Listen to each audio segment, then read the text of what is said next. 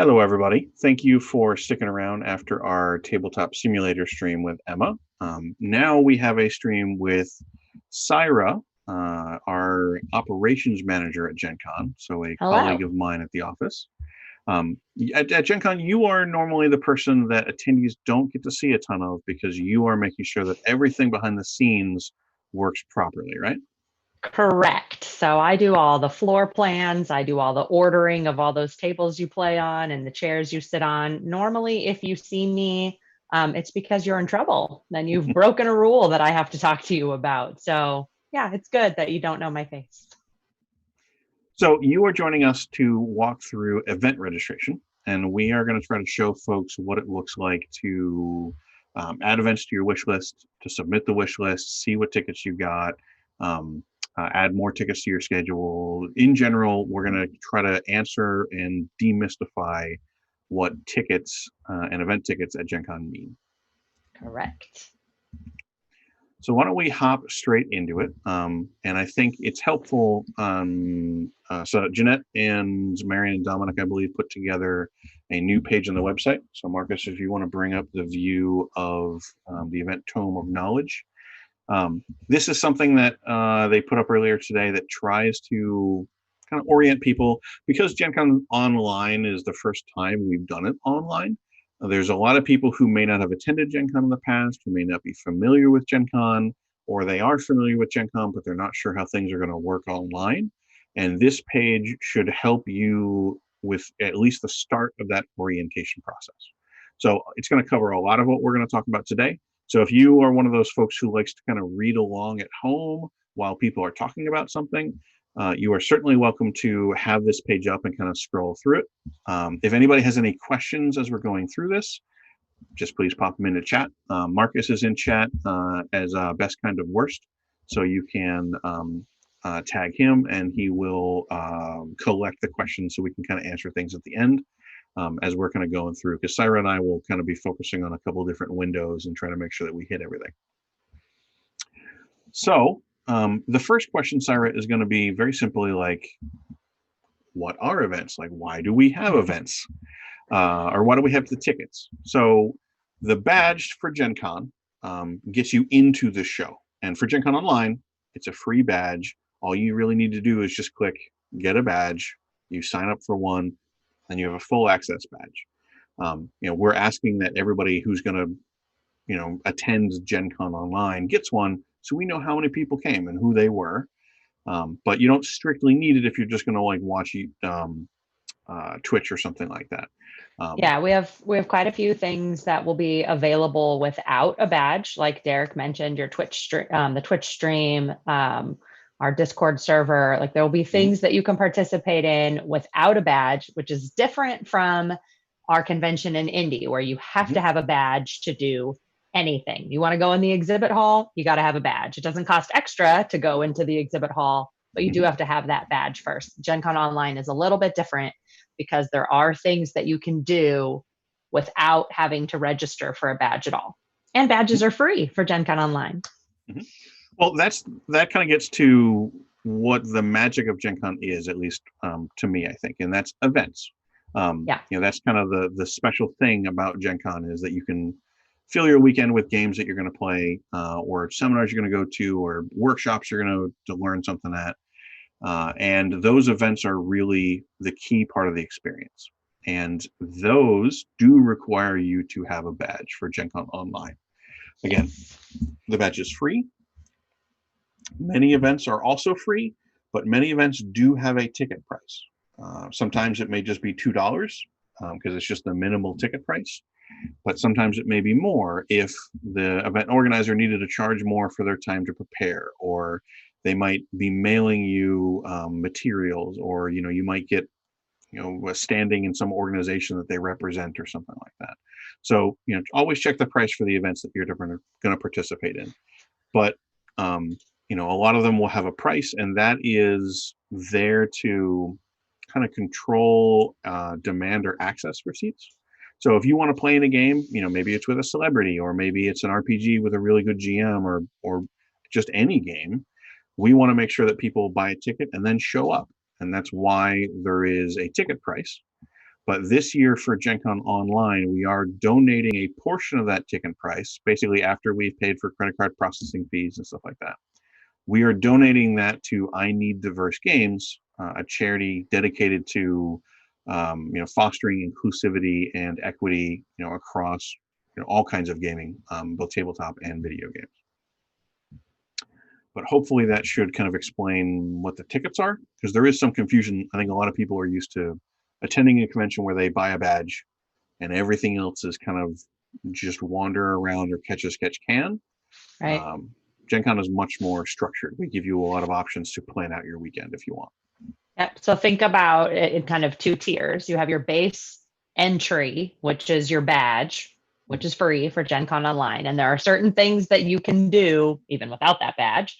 And then there are other things that, you can still do with the badge. There are events that are free that we want that you need to register for, that have an additional cost, that you'll want to make sure that you note as you're preparing which events you want to do. Great. So why don't we get into the details of finding events? We have set up our staging server. So we have 22 minutes in which we can build a wish list, because the registration isn't open on our testing server yet. We'll show you what it looks like to build a wish list and order things, how to find some games. We'll show you what it's like to submit the wish list, and then we'll show you what it's like to just buy tickets directly to events once registration is open. Derek, how many events are there for Gen Con Online? I can give you the exact number right now, but it's over 4,600, I believe. Yeah, so with Yes. almost 5,000 events, I bet you'll find one that you'll like. We have 4,648 active events currently. And we do still have some more events that people have submitted that we are still going through and updating. So, and are they all games and RPGs? They are not all games and RPGs, but many of them are. There are also board games as well, though. There are workshops, there are seminars. There's a few people who have submitted LARPs, which in an online environment will be real interesting to see how that turns out. I think other than the kind of natural obstacles that playing some of these games online have, if you're used to conventions, if you're used to Gen Con, the big difference is that to register for games, you must be 13 years or older. So we don't have any games that are just for kids or just for preteens or something like that. To be able to get a badge, to be able to register for events, you must be 13 years or older. And there are going to be some events that are designed for families, but they are designed for families, not for kids, if that makes sense. Yeah. And normally, Gen Con in Indianapolis, we're very kid friendly. We have all sorts of events that are geared just for kids, but with the privacy laws online, and we want to protect your kiddos online, we want to make sure that their information is safe and they're safe. And so since we don't have that kind of ability to ensure that safety in the same way that we do in our physical convention, we just had to, that was the policy we had to put in place this year, sadly. So if you look at the webpage that I'm sharing here, this is our staging server. So it's going to be a teeny bit different, but it should have most of the information from our production. So, I have already gotten a badge. So all I had to do was click on get a badge, agree to some terms, and now I have I thought I did. They must have reset. So I'm going to choose get a full access badge, and now I have a full access badge. That's all that I had to do. And this now, you can do right now. You can head to gencon.com and you can do that right this second. So go ahead, take a second, go get your badge. So now I'm going to click on find events because I want to go through some of those 4,000 events to find something cool. So first, I want to show that you can search. So, maybe I want to, apparently I've searched before. I want to search for Scythe. I want to see how many Scythe games. It looks like, this is a strategy map building workshop for Root that talks about what they've done with Scythe and whatnot. Maybe I want to try to find games about Spire. It's an RPG that I really, really enjoy that I want to play more of. So there are several games that show up here. So you can just kind of search with keywords. You can search for Dungeons and Dragons. You can search for Pathfinder. There's a variety of ways that you can try to find new games. If you know what you're looking for, you can also enter the specific game ID. So if somebody tells you that they're going to play in a particular game, you can search for that game ID directly, and it takes you straight to the game. But the way that I actually really like to kind of interface is with these filters here. So you click on this little filter icon. If you're familiar with Excel, that icon will be very familiar to you. If you are not, you may need to look at the kind of funnel or filter icon. And then you can filter based on category.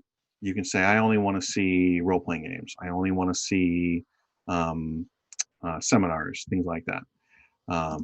And you can also click on that to get to games. These are the different game systems. I only want to see 13th Age, or I only want to see, Alien or something like that.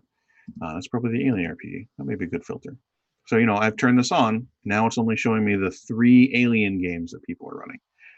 If I decide that I no longer want to see that filter, I just click on the little X here. Filter goes away. I can add multiple filters. Maybe I want to, actually, let me go to host. Yeah, you might, if you're not planning on being involved in Gen Con Online for the whole 4 days, you can filter by day and only see stuff that's going to be Friday. You can filter, by time. Day and time are a little bit weird on our production server or on our testing server. So I have been advised by Deb to not click on them. But they are there. But know that you can do that on your own. So if you're busy Thursday, Friday because you got a day job and you're just going to come Saturday and Sunday, you can filter out the days so that you're not shown the cool stuff that you're missing out on, and then you get sad. Right. But we don't want you to be sad. I was just looking around for some of my favorite events, and I see that we've got a good handful of yoga events happening during Gen Con Online. So that is exciting to me. Cupcake decorating is one of my favorite Gen Con Indianapolis events. I don't know if anyone's trying to do that online. Doesn't look like it, sorry. Oh, sad. But that's a good example to note. If you're looking for something and you don't see it in the event list, try searching a few different ways. But if you can't find it, reach out to the publisher, reach out to a gaming group that you've enjoyed before, suggest it to them, ask what their plans are for Gen Con Online. Because it may be that they didn't think that anybody was interested, or it may be that they didn't know how to run it online. But even you reaching out to them and expressing that you like their product and you would like to see it at Gen Con will let them know that there's interest and demand so that they can attempt to accommodate that if it's feasible for them. And oftentimes that might be a good time for you to say, I love your product. I love your board game. I think, Cyra, you've mentioned that you like puzzles before. Maybe you reach out to the company and you say, hey, I love your puzzles. I would love them to have a presence at Gen Con. I would be happy to volunteer or work to run an event or something like that. And you might be able to work with the company to put that in place so that you can share that with other folks. I would never hesitate to reach out. If anyone wants to run a Castles of Mad King Ludwig event, I'll be there. If anyone wants to run some sort of board game where you can kind of make your own area and no one else can mess with it, you're happy to help. Yes. So another thing I want to games. Another thing I want to show is that you can stack filters. So I have filtered for Asmati games. Okay, so they've got a bunch of games listed here. But I can then go into game, and it's only going to show me the different games that they're running. So maybe I say, you know what? I don't want to play Good Puppers, but I am interested in 1001 Odysseys and One Deck Galaxy. So I can select both of those, click OK, and now it will show me just the events that matched my criteria. So I can remove those. I think that's all that we really need to show in kind of general searching. So why don't we, unless you have another thing that you think we should cover, we can move into building. It looked like there was a beginning ballroom dance event. Yeah, there it is. Get your waltz on dance waltz from the comfort of your own living room. Want to add that to our wish list? Yes, for sure. So I'm going to add a ticket to my wish list. Okay. We have just now created a wish list, but let's add a few more things to it, Cyra. So I'm going to go back to, can I just register for these events right now? No, you can't, because registration is not going to open in our test. It's going to open in 14 minutes. So we are very last minute with building our wish list. We're very naughty people. We should have built it a couple of days ago. But in But real life, registration's not going to open until Monday at Mhm. noon Eastern. Eastern. Mhm. So you have not yet been naughty. You have all weekend to put your wish list together. Mhm. That's So what my it's a good husband's going to be time. doing this weekend. Yeah, it's a good time to maybe hop on a Discord call with some of your friends that you want to play games with so that you can all add things to your wish list. So let's add a few other games to our wish list. As I mentioned earlier, Spire is an RPG that I really like. So why Things don't that aren't just we, ballroom dancing and yoga. yep, we can add a few of those though. It's going to be an odd eclectic mix for the weekend. Sometimes you got to take a break and move around. Sometimes. So I'm going to add just one of each of these. And we'll see if we can get some overlapping content going.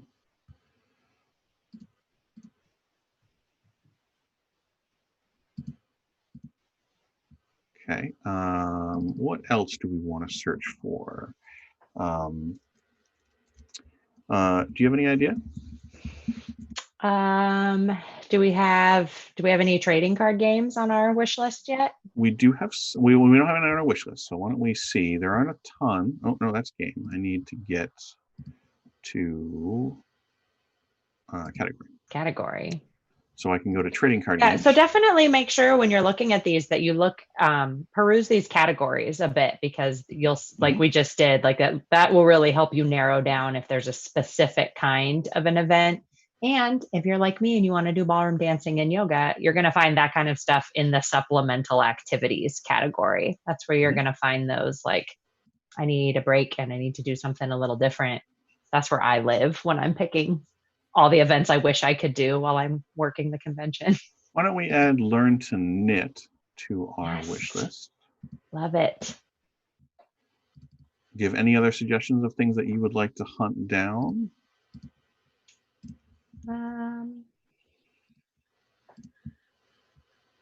Let's see.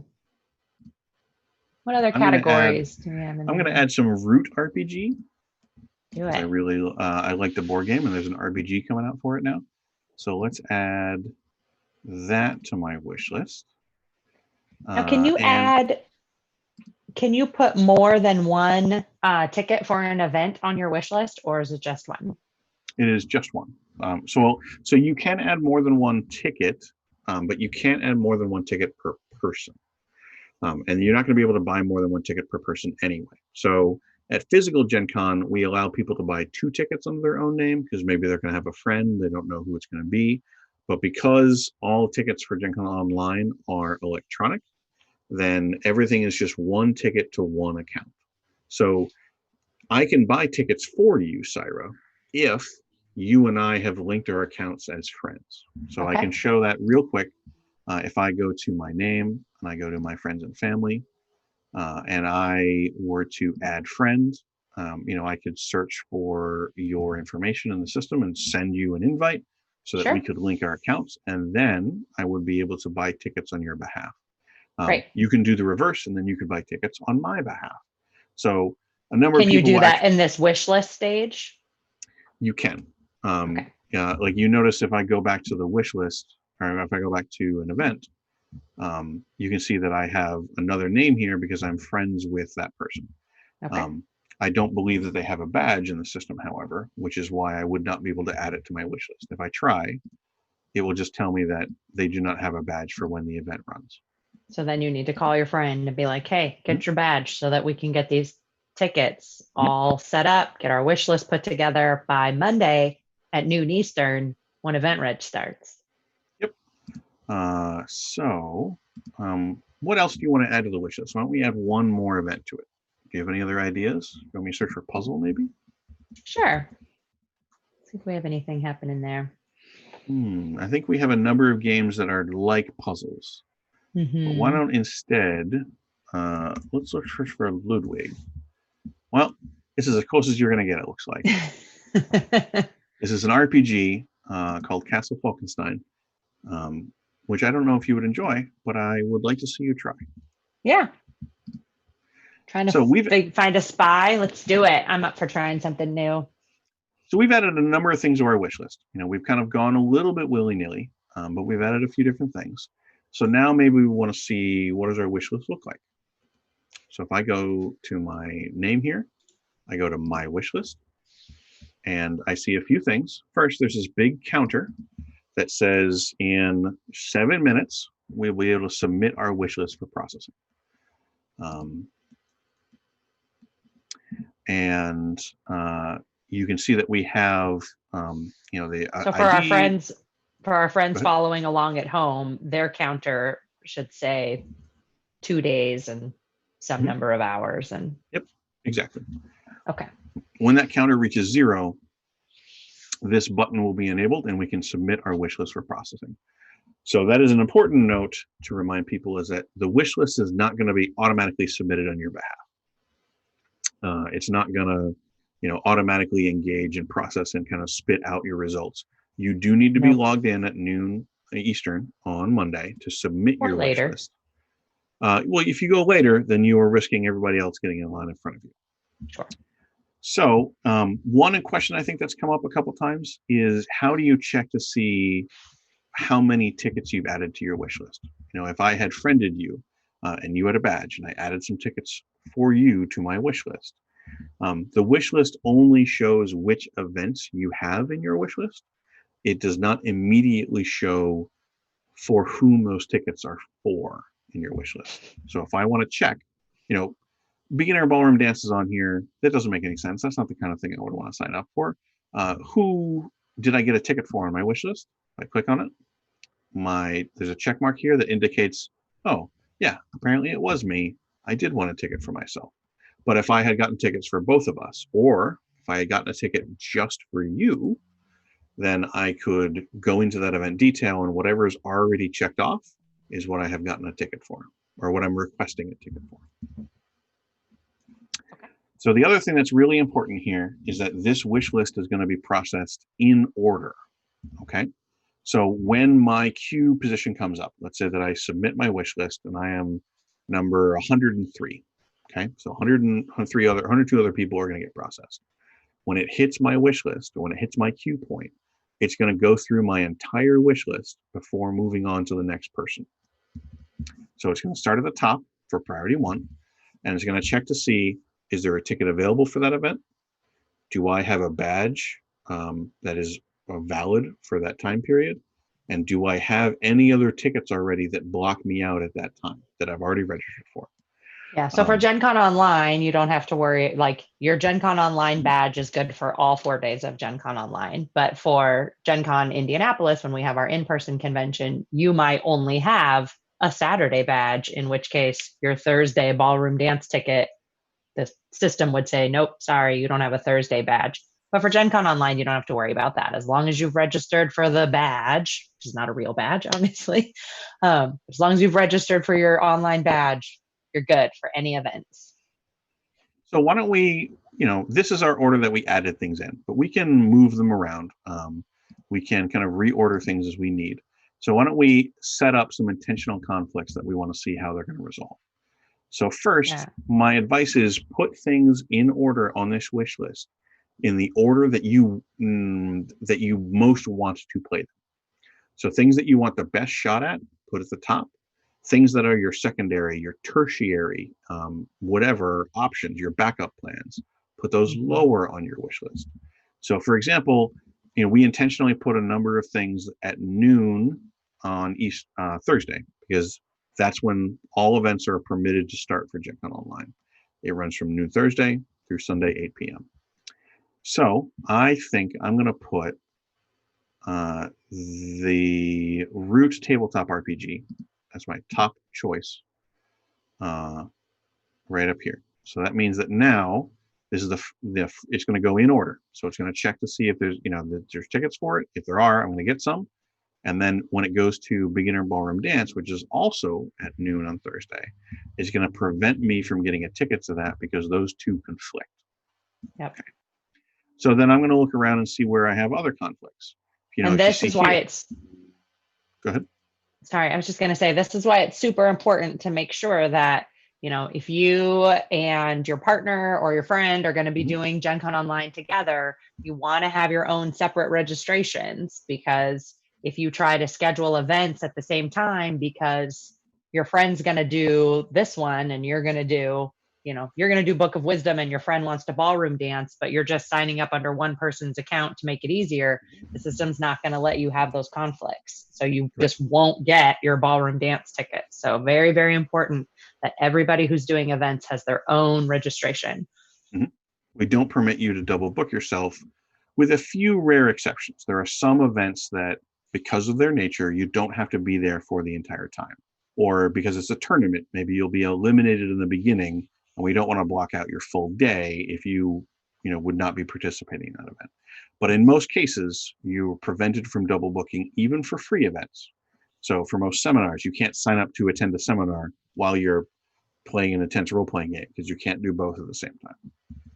Yeah, so that's good to note too, Derek, about the free events, because there will be events in here in the system that you can find that won't necessarily require your badge, like a Twitch stream, right? We're still putting those in here so that you can add them to your schedule if you want to, but do know that will that block off your ability to get tickets at that same time?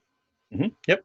Because the idea is, if you are putting something on your schedule, whether it's a seminar or you're watching a live game or whatever, then you are, by getting a ticket to it, you're committing to participate in that in some capacity. And that means that while you're doing that, you won't be able to do other things. Now, most seminars and whatnot are going to be an hour long, maybe 2 hours long. So they're not usually huge commitments, but it is still a commitment. We definitely encourage you to get a ticket so that it's added to your schedule, so that you remember that you want to go see it, and so that the organizers know what kind of demand and interest they have, so they can plan ahead. But it does block out your schedule in most cases by default. So if you were thinking you were just going to have 5 monitors set up and you were just going to get to do 5 events at a time and it was going to be super awesome, sorry, or just one at a time. Yep. You need to focus on one thing and actually do that thing. Yep. Be present. So we only have 40 seconds left, but we have a couple Thursday noon conflicts that we can see. We have a Thursday 4 p.m. event that's going to run 4 to 8, and then there's a Thursday 7. So there's a tail crossover here.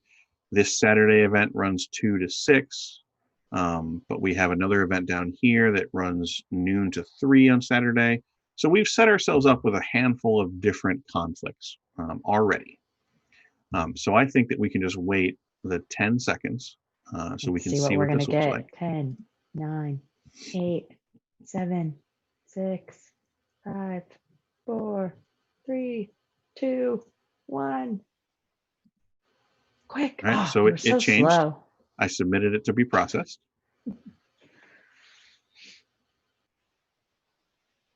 And then we wait anxiously to see what we're going to get.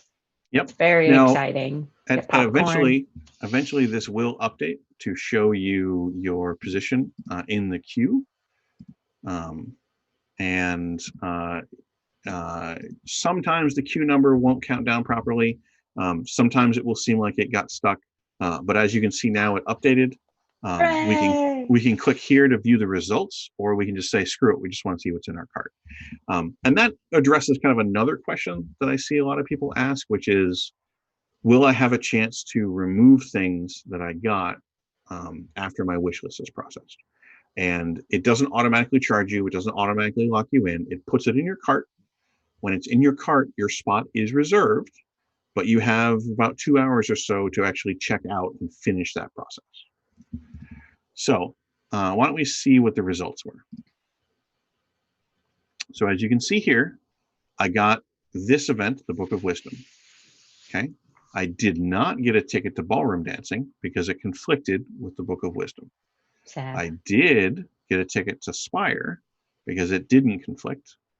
I did not get a ticket to this other Spire event because it did conflict. And you can see here, it just says, I've got a ticket for another event at the same time.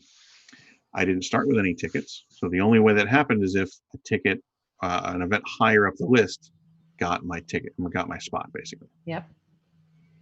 And just to reiterate, Derek already said this, but just to be clear, like these have not been purchased yet. They're sitting in your cart and you've got 2 hours to check out, or they go away and those spots get released to somebody else.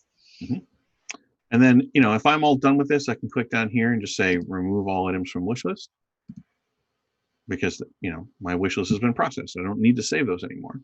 And then I can go to my cart and I can see that in my cart, I have the Book of Wisdom, you know, I have the tournament, I have the other thing. Wow, somehow we managed to not get any of the events that you wanted, that you added to our wish list, because we Somehow. All right. So I'm going to check out real quick. It's fine. We'll just see if you get all the chairs you wanted next year in Indy.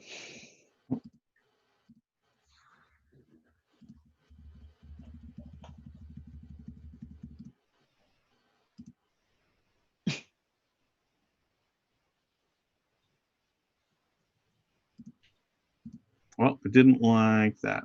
Well, that's fine.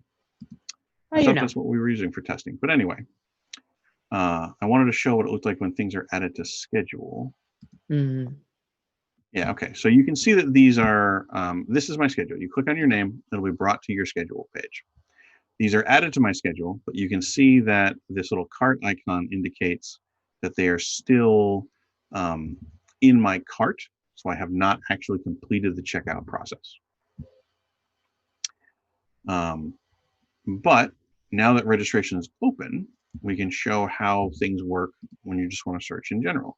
So why don't we see if there's another dancing event maybe that you would like to check out. So here, why don't we go to Ballroom Dance Tango? Even better. So we can see that I don't know if we have any events running at this time. Let's find out. I'm going to try. I would like to support Derek, you learning how to tango. I did actually take a tango class for a couple of weeks in college, because I have not seen any video evidence of that, so it doesn't count. Please redo. Well, I think what it was is my girlfriend and I were taking swing classes.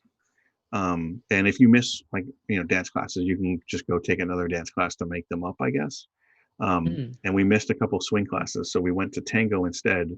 And swing did not make any sense. Like, I could not get swing, but tango was much easier and much smoother for me. I'm not going to say I was good at it, but I was at least perhaps passable at times. Okay. So registration is now open. I can click to add tickets to cart, and now it's added to my cart. And you can see the, right there, Tango, because I didn't have any events that conflicted with it. Now, what happens if, you know, I've got all these events in my cart and I'm looking at other events and I try to add something to my cart that conflicts with what I already have? So let's try to find that. So we know that we have an event at noon. So this is the event we tried to get. Let's try to go here. Yep. I'm going to choose add tickets to cart. And it says, nope, it conflicts with this particular event. So if I want to get a ticket to this, I need to remove that event from my account. It's so also if you had already purchased your tickets and now you're going through for round 2 of finding more events, could you return that conflict ticket so that you can indeed go waltzing? Yep, because it is because all the tickets are electronic, I absolutely can. Up to 30 minutes before the event begins, I'm able to return the ticket for system credit that I can then go use to buy another ticket. If you want to get a refund to your original method of payment, you'll need to reach out to customer service directly to have them process that. Customer service at gencon.com. Once I actually bought these, they would show up, you know, a little bit differently, and I would be able to click return tickets. You know, this here is just allowing me to select it because it's in my cart. Yep. But again, you can do that up to 30 minutes before the event begins. The other thing I wanted to say is that the button to add to wish list is still there, but the wish list, there's not really any use or point for it. It's not really a watch list. It's not a wait list. It's not really very useful because you can't, an event that's sold out, you can't add to your wish list. So the only time that you really need the wish list is when there's a big rush and everybody wants to kind of submit their interests at the same time. Then the wish list is there to allow that to all kind of be queued up and processed. But once that happens, really just go to the events you want. And if there's Just a add them conflict, to your cart. yeah, Yeah. yep. And if there's a conflict, it'll tell you, and then you can resolve the conflict, add it to your cart, check out, stuff like that. But for the next 2 days and 19 hours, whatever that math is, use that wish list. Get it nice and full of events before Monday at noon Eastern. Mm-hmm. So let me bring up this link again. So once you have a ticket to an event, then a few other things are going to happen. So let's say that I have already checked out of these games, unless you recall what our test credit card is. Once I have gotten tickets for these games, I will see a few things here, and that's what this help page that I was describing, the kind of Events Tome of Knowledge link. Let me put that in chat again, just so that folks have it. The Event Tome of Knowledge here shows up that, shows you that once you've purchased your tickets, they're going to kind of look like this, and you will have a tab that's messages, and this is very important for Gen Con Online, because this is going to be how your GM is going to send you the information that you need to join the session that they are running online. And this is new for Gen Con Online, correct? Yep. So if you are a Gen Con Indianapolis pro and you're like, man, I know all this, this is new. Yep. So this is new because you need a way to privately share that Zoom link so that people who didn't have a ticket can't join. This might be for Tabletop Simulator. It might be the server name and the server password. For Roll20, it might be the link to the game to join. It's going to be whatever that session information is, and that's how the GM is going to send it to you. It's also where you can talk to the GM and say, hey, I'm having technical problems. My camera's not working, or I can't connect to you, and the GM will, be able to kind of walk you through that process.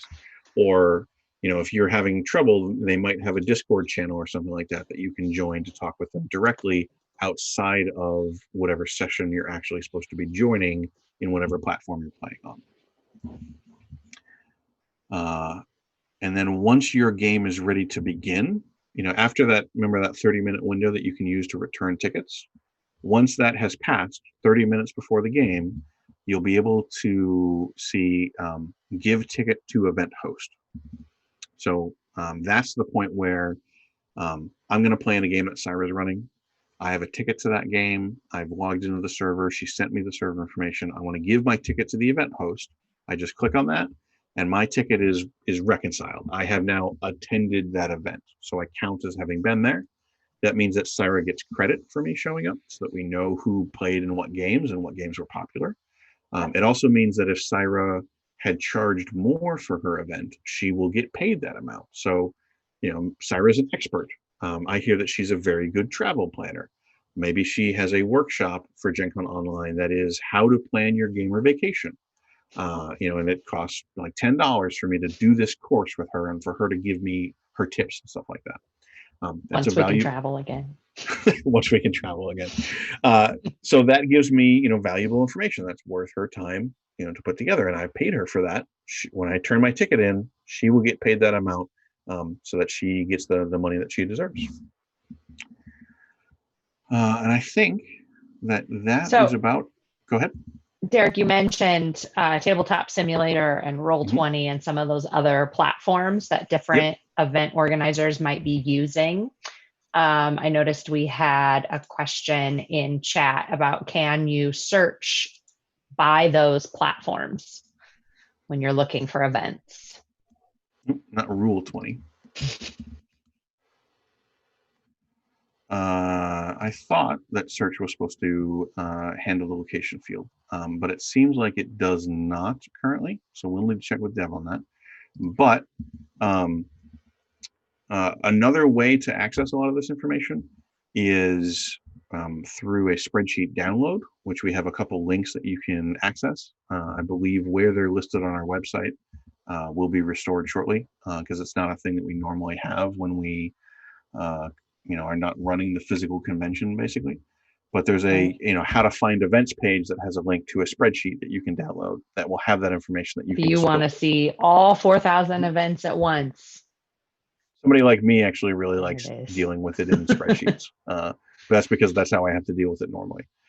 But because we release those spreadsheets, there are also a variety of third-party websites.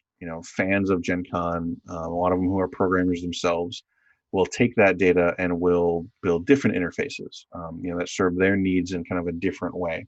So, a lot of companies might have their own schedules up on their website as well, or you could go to gencon.hyprogrammer or events.db or a variety of different websites that allow you to filter, sort, or search for specific locations if you only want to see events that are on Roll20, for example.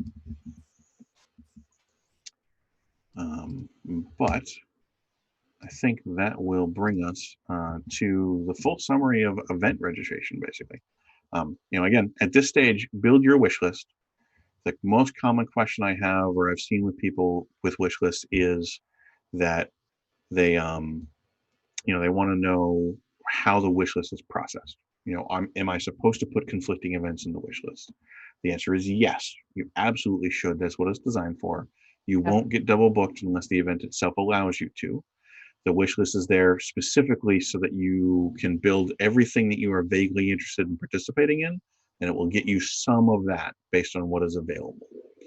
And then once because remember that we have almost 5,000 events, but we also have a lot more people participating than just 5,000. So even if you're right there at noon Eastern and you click that button to get your wish list processed, you still may be number 300 in the queue. And so if you had an event you really wanted that only had 20 spots in it, it's that event could be sold out. So make sure that you've got backups that you are interested in at those same times. And that's why you can prioritize, so that this is my first choice, but if that one's sold out by the time my wish list gets processed, this would also be a great event at this time. This would also be a great event at this time. So definitely don't be afraid of putting too many on your wish list. I think the max is 50? I believe so. Yeah. So you've got lots of room there to just kind of throw everything that looks interesting to you at the wall. Or if you're someone who doesn't like to make a bunch of choices, just throw 50 events in there and see what you get. And it'll be the best Gen Con you ever had. So the other thing to keep in mind is that you always want to make sure to double check your priorities before Monday, basically, just to make sure that the stuff you really wanted is really high on that priority list. And then remember that those priorities are to you. It's your personal priorities, because it goes through everyone's wish list, an entire wish list, before it moves on to the next person's wish list. You putting something at the priority number 1 for you does not increase your chance of getting it, because it's only comparing it against what is currently available and what you have in your account. Yep. So and you cannot set anything to the same priority, right? It'll be 1 correct. through 50. Yep. So list things how you want to attend them. Putting something at 1 because you kind of want it, but that it's very popular at Gen Con. So that's not going to increase your chances of getting it at all. It will just make it more likely that it ends up conflicting with a different thing that you may have wanted more. So your wish list is for you specifically. So another question I see here from the chat about processing your wish list. If I have an event that I have a ticket for me on my wish list, and I have another event at the same time, but that ticket is for my friend, those won't be counted as a conflict, correct? Correct, because it's going to check what account the ticket is for. So, that is a thing that a lot of people will kind of form groups. You and I, let's say we're going to attend Gen Con Online together. We really only want to play games together because we know that at least just the two of us will be able to have fun together.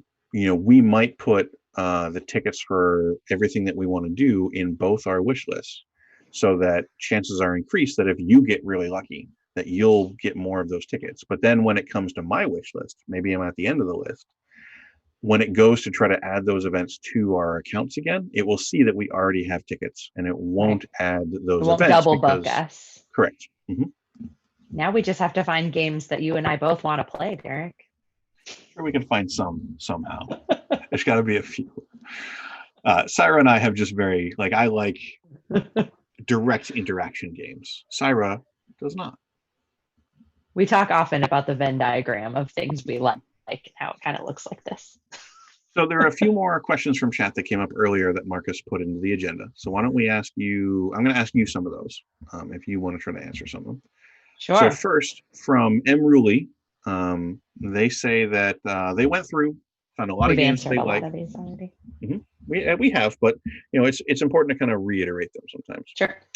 So they said they went through, found a lot of events they like, and tossed them on their wish list. They're assuming that they need to trim that down to pretty much the events they definitely want to attend, and not just the ones I want to zero, right? No, I would just leave them all on there and just use that priority order. So the ones that you really want, make sure those are the ones you've got prioritized, 1, 2, 3, 4, 5. And then everything else that you're like, yeah, this would be fun if it happens, keep it on there and just set it as a lower priority. And then your whole schedule will be done for you. From TJ Grieve, looks like, can you, well, we already asked the platform search, and that does not appear to be working. Ruley also asked if we can set up the same priority, and you cannot do that. And you brought up the other question from Ratenef or RA Tenef. It's always amusing trying to pronounce people's online handles. We do have a couple other questions that Kelsey, our community manager, has encountered on social media and stuff like that are common questions. So why don't we go through some of those? So Cyra, how are players processed to join a game once it's on the wish list? i.e., does the system add people to games first come, first serve when it's added to their wish list once the event is processed? Or is there a different algorithm? So adding something to your wish list doesn't get you a seat at the table. That's just your registration's not open yet. I'm just gathering all the things I'm finding interesting. You have to process that wish list. Registration opens Monday, noon Eastern. Again, you've got to go in and click that button to process your wish list. And then the system lines everybody up in the order that those things come in. So, someone else's finger is a millisecond faster than yours. They're going to be in line before you. And then it's going to do, like Derek said, everybody's full wish list, person number 1's full wish list, and then person number 2's full wish list, person number 3's full wish list. And then hopefully, you're person number 4 and you're going to get what you want. You might be person number 300 and a couple things might be sold out, which is why you want those priorities listed on there. Mm-hmm. So I think what they may also be asking is if I have multiple tickets for an event and there are not all those tickets available when that event comes up in my wish list, how does the system determine which tickets get added? And I believe that you are the top priority for yourself. I'm not positive on how it selects which other of your friends get tickets. But usually if you're trying to get tickets for your friends, you kind of want all your friends to go. You don't want to just be like, well, Bill, sorry, sucks to be you. You didn't get a ticket. Go have fun. So another option that you're going to want to note here is only get selected tickets if all of them are available. So this could be Cyra and I, just the two of us are going to go play a game. And that's a choice on your... So on the individual event, when you go to add it to your wish list, basically. Yeah. So I don't know if you can still see this. Derek, you still have that screen up? Yep. I went back to the page that has the event details because I wanted to show this. So if I'm going to add those to my wish list, I'm going to add a ticket for you and I to the wish list. Okay. You and Lloyd Kaufman. He's a talented film director. I'm not sure if you're aware. So if I had selected only get tickets if they're all available, that means that when this event came up when my wish list is being processed, if I was getting 2 tickets and only 1 was available, it would not get any tickets and it would move on to the next event because I told it to only get it if Cyra and I can play. Maybe this is a game that I only want to play with Cyra. If Cyra's not there, I'll go find something else to do. I want to play this with her. then I select that. And if there's not space for both of us or space for the rest of our group or whoever else we've selected, then it will just move on to the next event. Nothing's fun if Cyra's not there. So, Cyra, how can I confirm if all my friends are also included in my wish list event? Do you remember? Yeah, so if you look at your wish list, then, which I think we cleared our wish list. Yep, I'm going to add a few more things to it.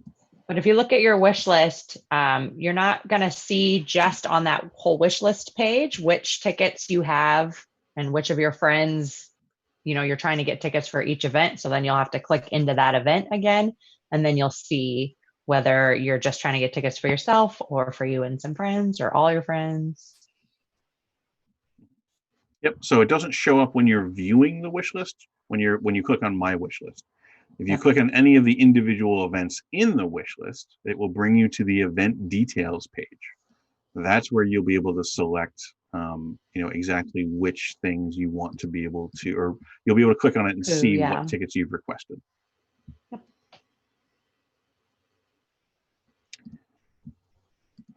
How can I find games in specific languages, Cyra? Oh, that is a great question. And this is something that is a little different for Gen Con Online that we're super excited about. We have events currently submitted in 6 different languages, the last count, 6, 7, something like that. So, since language the event is being run in is not really something we've had before, you can't filter for that, but you can, like Derek's doing right now, you can search in those keywords. So if you want events in Spanish or Russian or ASL or what else is on our list? Unfortunately, Portuguese. I think, yeah. So we do have events in French, Spanish, Russian, Portuguese. We might have Italian, but I think it's those 4 ones mainly. We did have some events in ASL, but I believe that the GM who was going to run those had to back out and cancel them, unfortunately. Oh, bummer. But that's part of the exciting thing about Gen Con Online is that people from around the world can join. We don't need to worry about language barriers as much, as long as somebody is able to run the game. So we have tried to put the language in the title of the event, so you can see that, for example, French has a couple Pathfinder events that are run for it. It will bring up some results that may not be exactly that, but that is what you want to do to search for those details for this year. Yeah, and do be careful when you're looking at events, especially ones that are in different languages. Make sure you are taking note that all the times listed for events are Eastern time.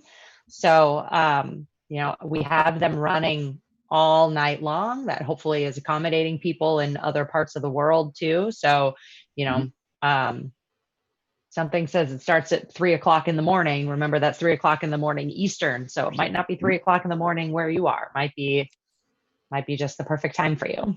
Or maybe 3 o'clock in the morning is the perfect time for you. So this one in Portuguese is being run at, I thought it was 4 a.m. Maybe I was misreading that. But you can see where was one. I thought I saw one. There's a Friday, 4 p.m. Apparently I'm bad at reading. I could have sworn that there were some that were really late at night. But I think a lot of these are being run in Brazil, which shouldn't be too far off, I don't think. Yeah. But that is how you would search for other languages. And I'm hoping that, that will grow in the future as we get more languages from more players from around the world. So, Cyra, yes. What portion of the basic event fee goes to charity for this year? So basically we're donating all of our profits from events to I Need Diverse Games. So if you're looking at the cost of these events, anything that's $2, like that's kind of our base price, and the profits from that after credit card fees and all that, like we'll be donating that to I Need Diverse Games. Games that you see that are a higher, or events that you see that are a higher price point, that's money that the event organizer is charging for their time and expertise and materials and whatever else. So that will go to them like normal, but it'll be a good, yeah, we're really excited about how much money we're going to be able to raise for I Need Diverse Games this year. Yeah, I'm very excited about that opportunity. And what are the minimum age to participate in events, and can my children come and play? So to register for events, of course, that minimum age is 13 because that's how old you have to be to register for a Gen Con online badge. But that being said, there are games in there that will be appropriate for, or events that will be appropriate for families to be viewing together, playing together. I'm amazed that my 5-year-old has not climbed onto my lap in the last hour. So, you know, obviously that's going to happen at your homes too. So, but the minimum age to register for events is definitely 13. Great. And there are some events, again, that are designed for families. Yep. You know, a lot of them might be a Twitch stream that you'll watch where there's a demo for a game that maybe you'll want to consider playing with your kid, things like that. So there are some out there, but remember, you need to be 13 if you want to get the ticket to register. I asked if chat had any final questions that we need to cover. Is there anything else that you want to make sure that we discuss, Cyra? I don't think so. I think we have covered my love of ballroom and yoga events pretty adequately. I think one last thing that I do want to make sure is clear, and this is a little bit more for event organizers and GMs, is remember we talked about that event messaging tool that allows the GM to send you the login information, allows them to kind of coordinate with you to get you into the individual session. It is important to note that only the event organizer, people who are listed as GMs, and people who have tickets will be able to see those messages. So that means that if you're running a game and you are not listed as the GM, you need to make sure to reach out to us to fix that so that you will have access to that tool. So if you're running games for a company, let's say, and you know there's plenty of other people who are also running games for that company. If they have not listed you as the GM for a game that you're going to run, you know, Friday at 4 p.m., you won't be able to use that event messaging tool to message to your players. You won't be able to tell them that you're running late or that there's a connection problem or here's the login information to access the server or the session that you're going to get into or anything like that. So if you know that you're running a game and you're not currently listed as the GM or you didn't submit the event in your own account, make sure that you contact the event organizer to have them update the event by emailing events@gencon.com to fix that. The sooner you do that, the sooner you'll be able to see those messages. It's not a thing you're going to want to do 30 minutes before your event when you realize that you don't have access to that tool. So please make sure to double check that well ahead of time so that we can get that updated. Yeah, I guess the last thing I would want to note is that it's not too late to submit events to run also. So if you're looking through the event finder and you're like, man, this lack of cupcake decorating events is really not okay. I need to start doing some, you know, I want to see some Zoom events that you can submit that. We have event submission is still open for what, another 10 days or so? Yeah, I think the 20th was our official cutoff date, basically. Yeah. So, and anybody can submit events. You don't have to be a publisher. You don't have to be a designer. You don't have to be anybody, you know, in the industry. You can just be someone who loves a game that you want to share with other people and, or a hobby or a whatever. So, just go on to the website and it's all there, how to submit an event, and it'll take you through it. And, yeah, don't hesitate to do that if you've got something you want to run. I think maybe the last thing that occurs to me too is on that note of, you know, submit more events, remember to check your events or remember to check back again later because people may have submitted new games. People may have returned tickets to an event that was sold out. You know, always double check your wish list right before you submitted on Monday, just in case an event got moved around, for example. People are still contacting us to fix some conflicts they may have had. But even after Monday, check back every so often to see if those games, Cyra really wants to get into a ballroom dancing class. It was sold out. Maybe check back later to see, did that event host submit a new event because they saw how much demand there was? Or did some of those folks who got tickets to it return some? You might be able to squeak into a few that you initially missed out on. All right, but I think that's about it. It doesn't look like there's any other questions that came up in chat. So Cyra, thank you for coming out and joining us on this. Yeah, thanks. I hope you enjoyed your time here as we kind of poked around some events and further confirmed that our Venn diagrams are distant from each other. Thank you to everybody. That's why there are almost 5,000 different events. Yep. I wouldn't be surprised if we end up with over 5,000 by the time we're done, as we get all the last minute ones in. So thank you to everybody for watching. We had a big long day of streams. We started out with Gen Con news, where Kristen and Kelsey were talking about some of the news for the show, showing off some of the details, talking about how the show is structured. We had table takes, where we covered the news of the day, interview or headlines and Kickstarters and bundles and stuff like that.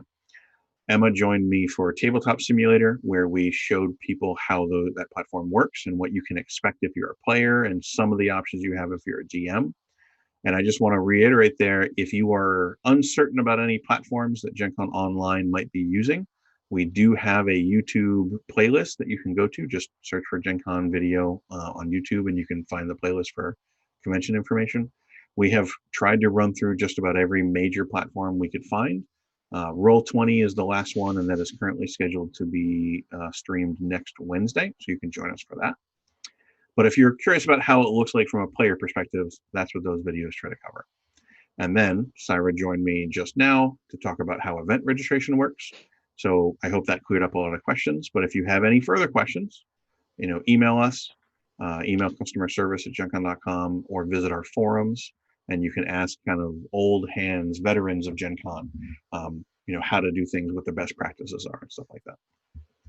Remember, we have lots of Monday, noon Eastern, event reg begins. Yep. Not only that, but on Monday, we have other streams. Monday at 6 p.m. Pacific, Board Games with the Brothers Mirth. They are two brothers who will play a board game together and engage with chat. So it's a good way to kind of hang out and get some board gaming in. On Wednesdays at 1:30 p.m. Pacific, we have This Game Gets Dicey with a lady in LA and a gentleman in London who play games online together, often using Tabletopia or Tabletop Simulator or the other platforms we've talked about. So if you want to see what some of those games look like in action, as opposed to just our initial tutorial, definitely check that out. At 4 p.m. Pacific, we have Fireside with Peter Atkinson, where he is currently interviewing folks who were there during the creation of 3rd edition, when D&D was coming out. They have lots of great stories about what it was like at TSR and what the transition was like and what the design process was like. If you love D&D, it's a really kind of fascinating look and chance to hear some stories from people who were there. 5:30 p.m. on Pacific, or 5:30 Pacific, on Wednesday, we will have the info stream with Roll20, so you can come and see what that's going to look like. And then on Friday again at 1 p.m., our streams of the day will start with Gen Con news, and then 2 p.m. for table takes. And we may have another Gen Con info stream after that as well.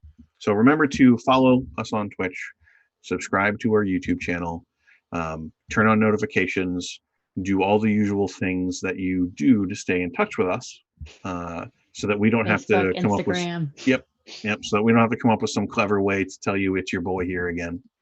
And if you have missed any of these videos, if you missed what we did earlier, it will be on YouTube about 24 hours later. So thank you again, Cyra. Thank you again to everybody who watched. And I hope that answers most of the questions you had. Reach out if it did not. Thank you.